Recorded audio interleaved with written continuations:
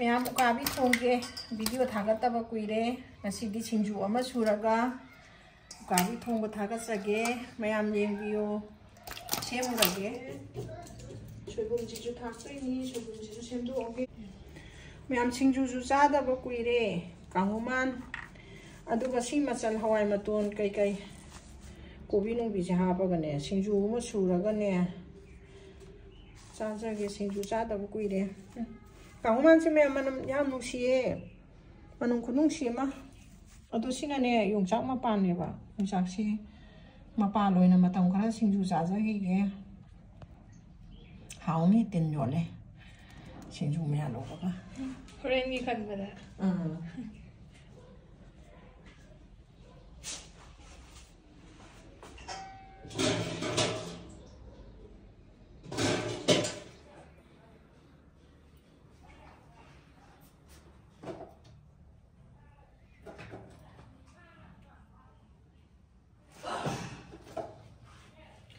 xem bật lồi đi thùng thảo có tổ sân là chính hạt tăng thùng thảo có tổ sân là gì có mà chủ khá hạt sân là gì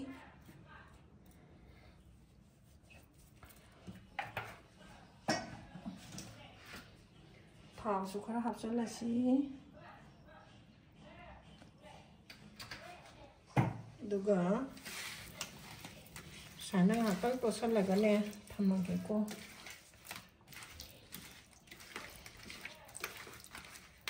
à thì bằng trâu trâu tập cái này mà bung mồi này này thu ngoài kia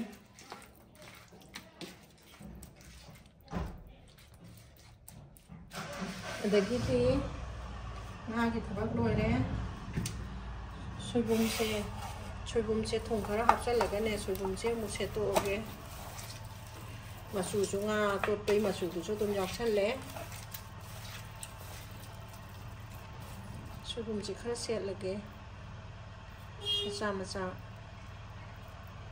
sủi cùng giảm háo nữa xin mà làm giảm chỉ sủi cùng chỉ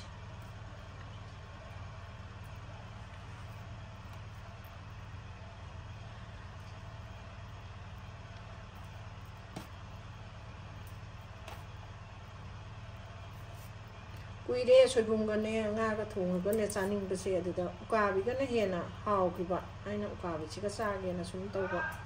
phải là mấy ta tay là chỉ đi thùng là cái tăng thùng tổ sắt là cái tăng thầm mà gì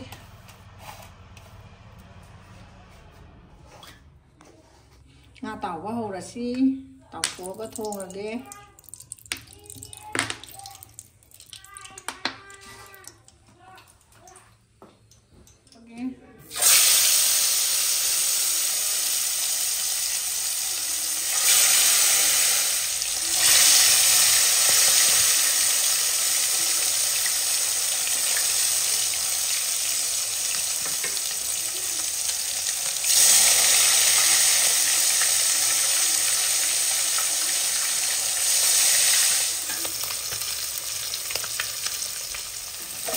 tăng cả tăng hơn thôi chứ sáu nó mà làm mình xin ra xem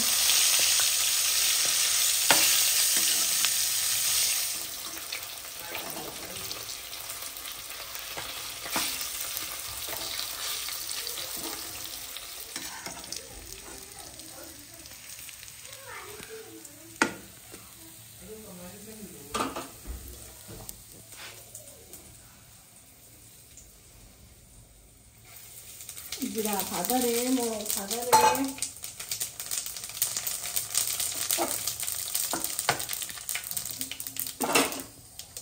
대랑 바다라지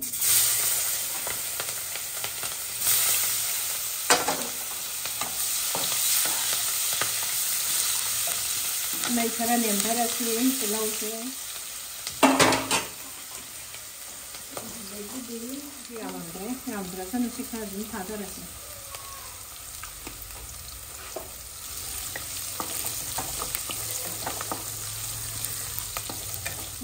다르게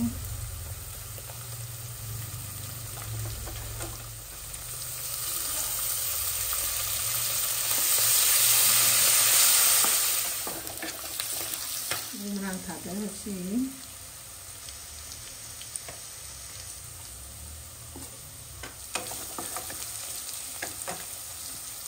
ꯃꯣꯔꯣꯛ ꯑꯇꯦꯛꯄ ꯈꯔ ꯊꯥꯗꯔꯁꯤ ꯉꯧꯔꯤꯉꯩꯗ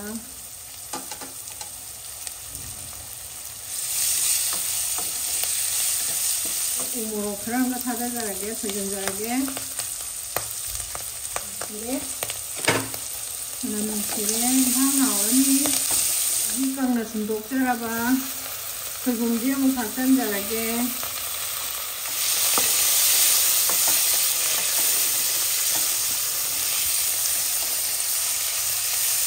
ꯊꯨꯝ ꯈꯔ ꯊꯥꯛꯆꯤꯟꯖꯔꯒꯦ ꯊꯨꯝꯁꯦ ꯉꯧꯔꯤꯉꯩꯗ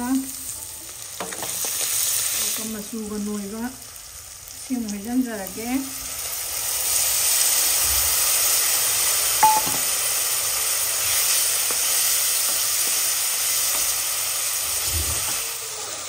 ꯃꯍꯤ ꯍꯩꯖꯤꯟꯖꯔꯒꯦ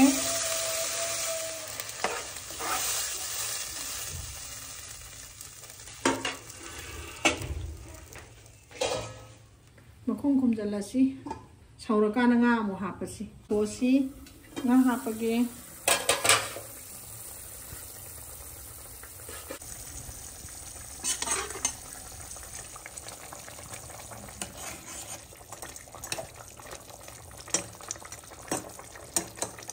ꯍꯩꯔꯤꯕꯣꯞ ꯈꯔ ꯊꯥꯛꯆꯤꯟꯖꯒꯦ ꯍꯩꯔꯤꯕꯣꯞꯀꯤ ꯃꯅꯝ ꯌꯥꯝꯅ ꯃꯔꯣꯏꯁꯨ ꯈꯔ ꯊꯥꯛꯆꯤꯟꯖꯒꯦ ꯃꯈꯨꯝ ꯑꯃꯨꯛ ꯈꯨꯝꯖꯤꯟꯖꯔꯒꯦ ꯃꯨꯜꯂꯦ ꯃꯍꯤ ꯀꯪꯉꯦ ꯐꯗꯤꯒꯣꯝ ꯊꯥꯛꯆꯤꯜꯂꯒ ꯂꯣꯏꯁꯤꯜꯂꯁꯤ ꯃꯍꯤ ꯌꯥꯝ ꯌꯥꯎꯗ꯭ꯔꯦ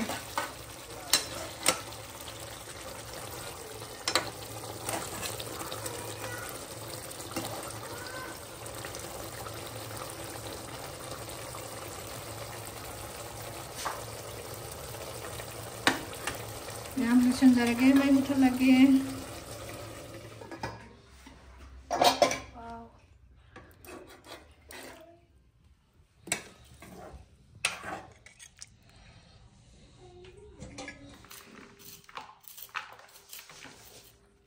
ꯀꯣꯕꯤꯁꯦ ꯐꯨꯟ ꯌꯥꯝ ꯀꯥꯗꯦ ꯍꯧꯖꯤꯛꯁꯦ ꯃꯇꯝ ꯅꯠꯇꯗꯅ ꯁꯨꯕ ꯋꯥꯅꯤ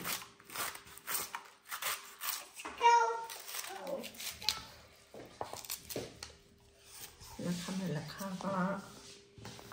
ꯈꯔ ꯍꯥꯞꯆꯤꯜꯂꯒꯦ ꯐꯗꯤꯒꯣꯝ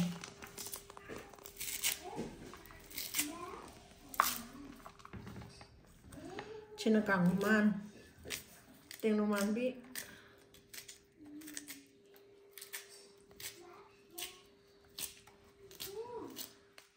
ꯊꯝꯕꯧ ꯊꯣꯛꯇꯦ ꯊꯝꯕꯧ ꯊꯣꯛꯑꯗꯤ ꯌꯥꯝ ꯅꯨꯡꯉꯥꯏꯗꯧꯅꯤ ꯊꯝꯕꯧ ꯌꯥꯎꯗꯕꯁꯦ ꯅꯨꯡꯉꯥꯏꯇꯦ ꯃꯌꯥꯡꯕꯗꯤ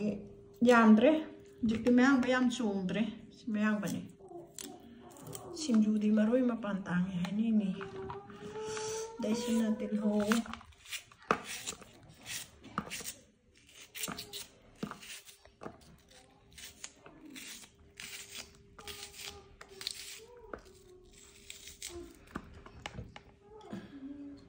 ꯈꯥꯃꯦꯟ ꯑꯈꯥꯕꯤ ꯍꯧꯔꯒꯦ ꯊꯨꯝ ꯊꯥꯛꯑꯦ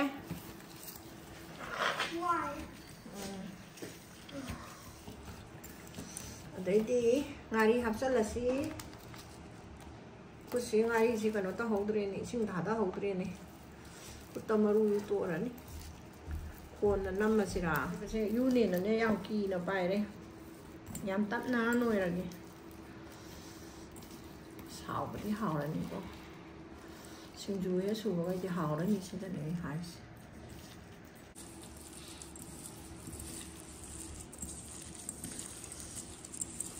ꯑꯗꯩꯗꯤ ꯂꯣꯏꯔꯦ ꯇꯤꯜꯍꯧ ꯍꯥꯞꯆꯤꯜꯂꯁꯤ ꯂꯣꯏꯁꯟꯕꯗꯀꯣ ꯁꯤ ꯍꯥꯞꯆꯤꯜꯂꯒ ꯅꯣꯏꯊꯣꯛꯑꯁꯤꯁꯦ ꯁꯤꯡꯖꯨ ꯃꯅꯝꯁꯤꯕꯨ ꯅꯨꯡꯁꯤꯕ꯭ꯔꯣ ꯑꯩꯕꯨ ꯍꯥꯏꯔꯛꯀꯦ ꯑꯩꯗꯤ ꯃꯅꯝ ꯅꯨꯡꯁꯤꯕꯅ ꯉꯥꯎꯔꯦ ꯀꯥꯡꯃꯥꯟ ꯃꯅꯝꯁꯤꯒ ꯃꯌꯥꯡꯕ ꯃꯅꯝꯁꯤꯒ ꯌꯥꯝ ꯅꯨꯡꯁꯤꯔꯦ ꯑꯗꯨꯒꯅꯦ ꯁꯤ ꯌꯣꯡꯆꯥꯛ ꯃꯄꯥꯟꯅꯦꯕꯀꯣ ꯌꯣꯡꯆꯥꯛ ꯃꯄꯥꯟꯗ ꯉꯁꯥꯏꯅ ꯆꯥꯝꯊꯣꯛꯑ ꯊꯝꯈ꯭ꯔꯕꯅꯦ ꯌꯥꯝꯗꯤ ꯌꯥꯝꯃꯦ ꯂꯣꯏ ꯍꯥꯞꯆꯤꯜꯂꯒꯦ ꯌꯣꯡꯆꯥꯛꯇ ꯉꯥꯎꯖꯕꯅꯤꯅ ꯃꯄꯥꯟꯁꯤ ꯈꯔ ꯌꯥꯝ ꯍꯥꯞꯆꯤꯜꯂꯒꯦꯕ ꯑꯗꯩꯗꯤ ꯃꯣꯔꯣꯛ ꯂꯣꯏꯔꯁꯤ ꯁꯤꯅꯅꯦ ꯕꯦꯁꯣꯟ ꯍꯥꯞꯇ꯭ꯔꯦ ꯍꯋꯥꯏ ꯑꯣꯏꯅ ꯍꯥꯞꯄꯦ ꯏꯁꯥ ꯅꯨꯡꯉꯥꯏꯕꯁꯦ ꯍꯋꯥꯏꯅ ꯍꯦꯜꯂꯦꯕꯀꯣ ꯕꯦꯁꯣꯟ ꯍꯥꯞꯄꯁꯦ ꯏꯁꯥ ꯅꯨꯡꯉꯥꯏꯇꯦ ꯅꯣꯏꯕ ꯍꯧꯔꯒꯦ ꯃꯅꯝ ꯅꯨꯡꯁꯤꯑꯦ ꯀꯥꯡꯍꯧ ꯃꯅꯝꯁꯦ ꯉꯥꯎꯔꯦ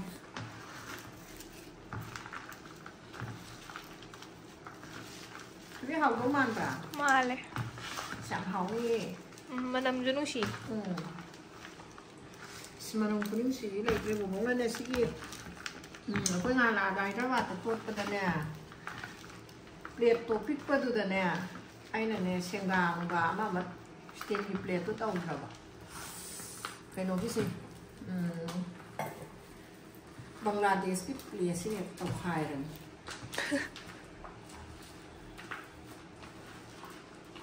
เป็นตัวเลยแต่ละชิ้นเดียวก็สมองต้องชิ้นกันยานี่เราใช้ละสิกว่าต้องห่าวแล้วนี่งานที่เรานำแม่มันมีสีนำมาบ้าดูที่บอกว่าพี่ชายลูกขายถูกใจเราเกี่ยวกับ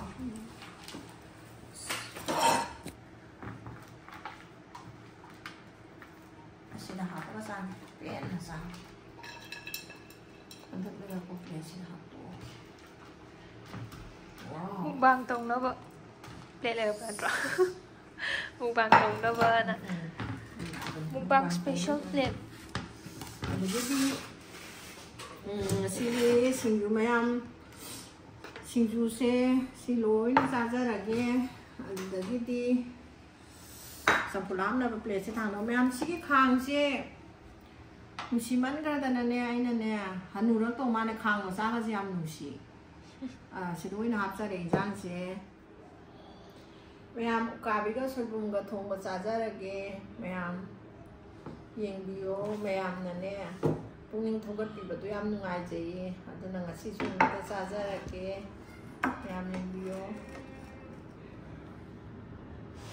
왜냐면 하오라게 아이 신주세 밤바리나 신주세 anh sử dụng đi vào mặt trận khá là dễ xuân mai ăn những video hào ý học thì hay rất là ghê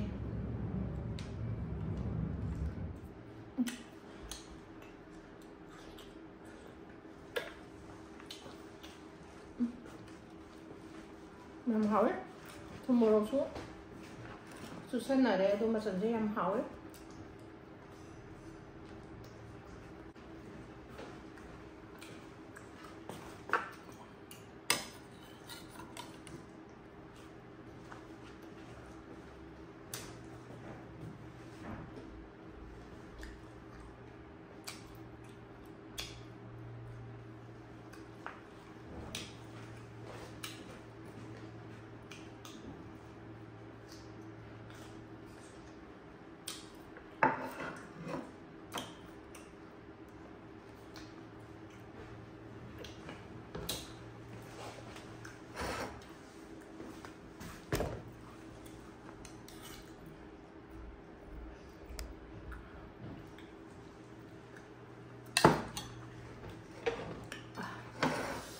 hầu cho hầu ấy xào rất sai thay đồ nên mà cái sung mà một cả biết thùng bạn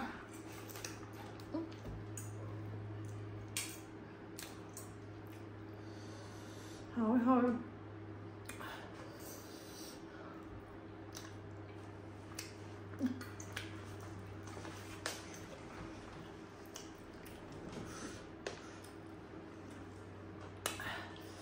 một cà bị gì đi tao nó sao với cái kia sôi bùng một thùng bây giờ nó có hiện hào làm gì ta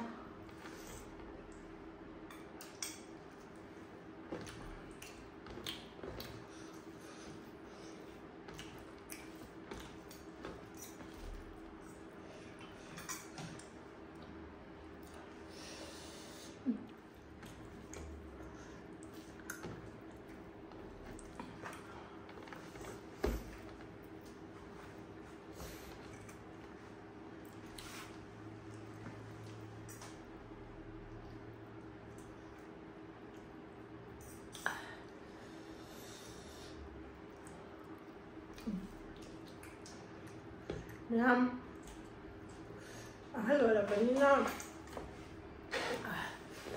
ชาเสียงคุยชาเนี่ยเส้นได้แล้วก็จานนึงบักขะชาเส้นตระดี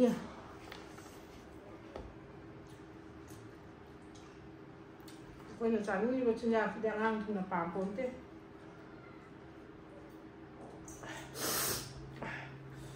เปลี่ยนมาเอาซะว่าชาชุชาปะ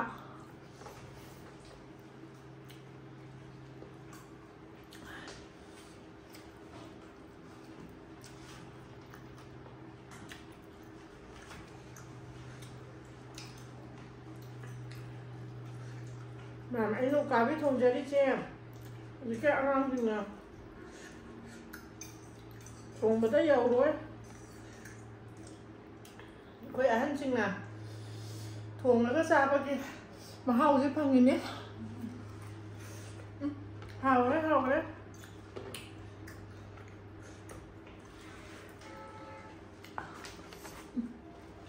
ยำเห่าเลยคุยมานะพี่ซึ่งไม่ยำสุดซาพี่อยู่เต่าแล้วซาไปปุติเนี่ยถุงก็ซาไปซึ่งไม่ยำเห็นเลยครับว่าชิบุงกากินน้ำเห่าอีกแบบ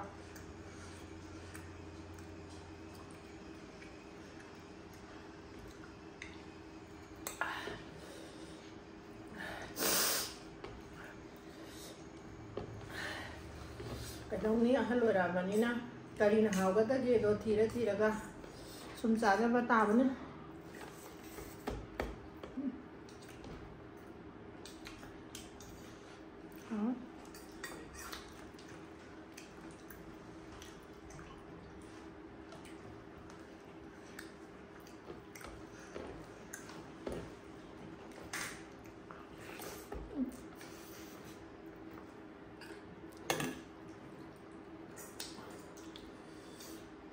好了。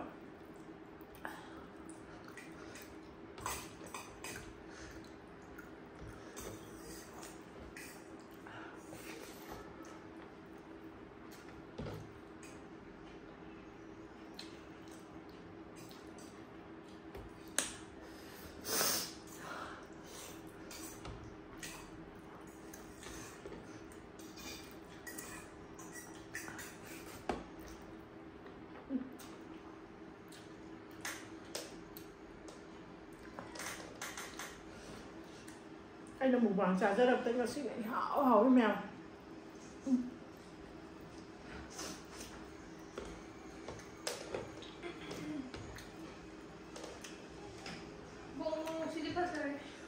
một cái sai sợ cái sai hầu cho hầu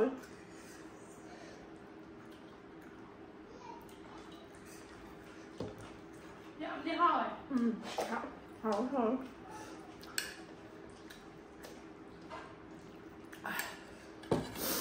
ngã thông rồi mua lộc trà được đi học tập bản em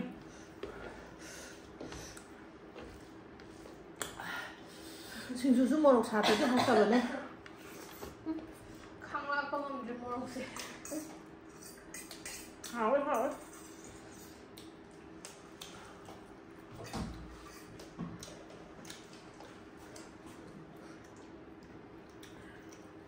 mày ăn hát rồi đã chút nào tại tức là các quỷ là sao vẫn làm vậy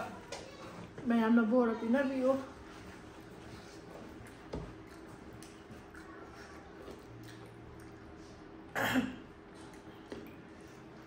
hào nó sôi bún như hào và mới là mắt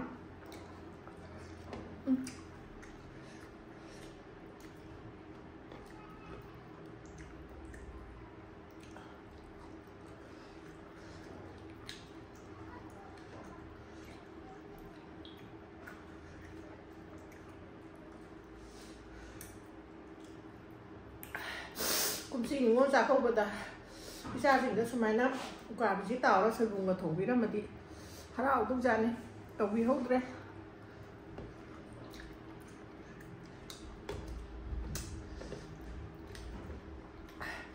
mà em làm hao làm bớt ta hay đấy nhé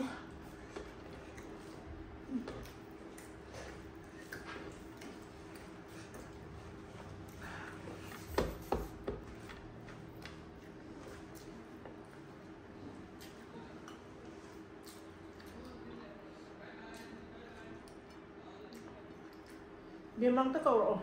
chắc chắn này ngay là một tuần ngoài cấm rồi này.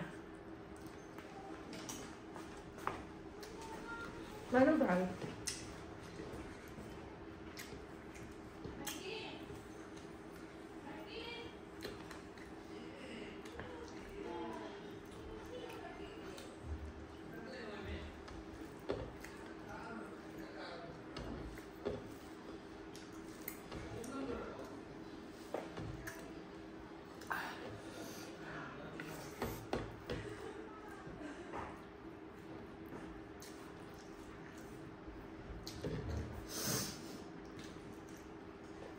Charlie.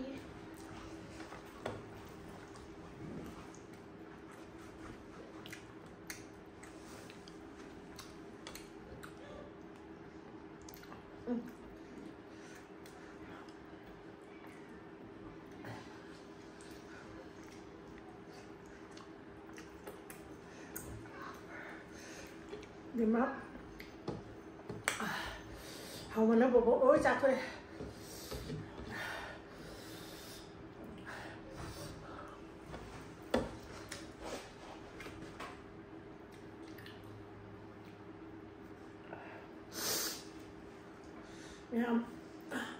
Hầu chứ em hầu đấy.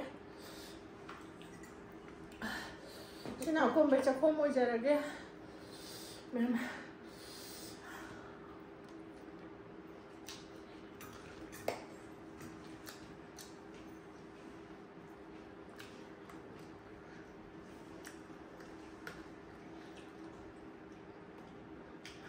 Ngoài mà lúc tuổi tầm ấm nhau này. Không có lịch đấy.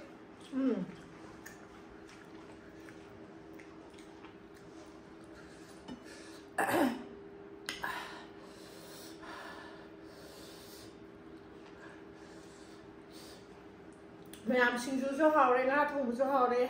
Mẹ xin lại rồi, bây giờ không mua giờ là ghê.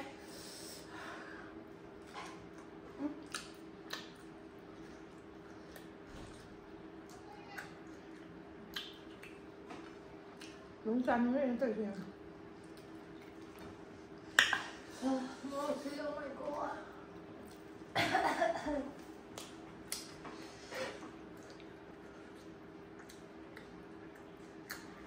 Rồi bây giờ không ôi rồi kìa, hai rồi con mẹ mà không mình nấm những đời đàn ông sợ sát đẹp. Thôi em hào này. Em hào đấy bà. Một trăm hào. Ủa, sao bà hào cho hào ạ? Quá ngon cái thùng tê. Ông tôi. Hào ấy.